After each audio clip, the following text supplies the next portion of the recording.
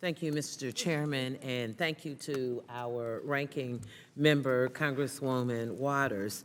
I really appreciate us having an opportunity to have this dialogue and to have it with you as our witnesses. And I don't want to take my time to repeat everything that's been said, but let me certainly echo the displeasure that we have that Equifax could not be here, chose not to be here, chose not to sit and respond to something that has affected 143 plus million individuals. I find that appalling that they are ignoring a request to come before this committee.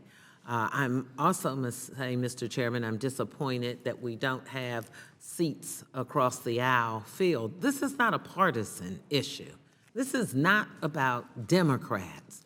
This is about 143 million people having their entire life disrupted because of a company that had some 57,000 complaints about misinformation, about inaccuracies on their credit reports. And I am as upset as anyone else because I tried to work with them. I actually offered a bill in the last session and in this session, and if they would have spent more time working with me than against the bill, that would allow consumers to get a free credit report, it would have been helpful. But they didn't want to get a free credit score, because it's one thing to say, okay, once a year we have a law now that you can get your annual report. But what happens when you go in to buy a home? What happens when you go? They ask you, what is your credit score? And they did not want to even do it once a year to give them a free credit score. And so I hope someone plays this tape back to them so they can understand that we represent hardworking Americans. We represent people who want to have a better future, and when you have the breaches that they have had and you don't come to the table to respond to it, that is simply unacceptable.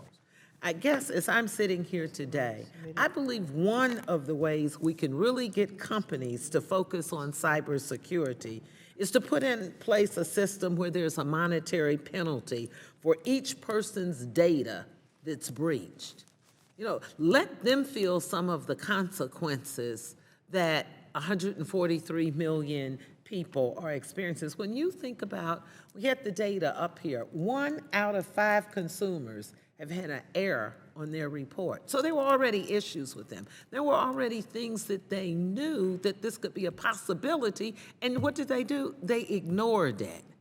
That's unacceptable. So let me ask you, what do you think about putting a penalty in where the Equifaxes or future Equifaxes would have to pay that? And what should that number be? Should it be $1,000? Should it be $5,000? Should it be a greater number?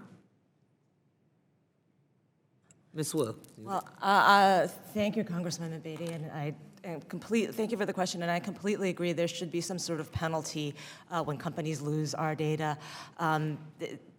You know, it's unacceptable, and in addition to the types of damages that Ms. Cable talked about in terms of, you know, freezes and lifting, there's time spent, there's aggravation, there's, you know, being upset that your information is out there with thieves and you're potentially a victim next, and that should all be compensated.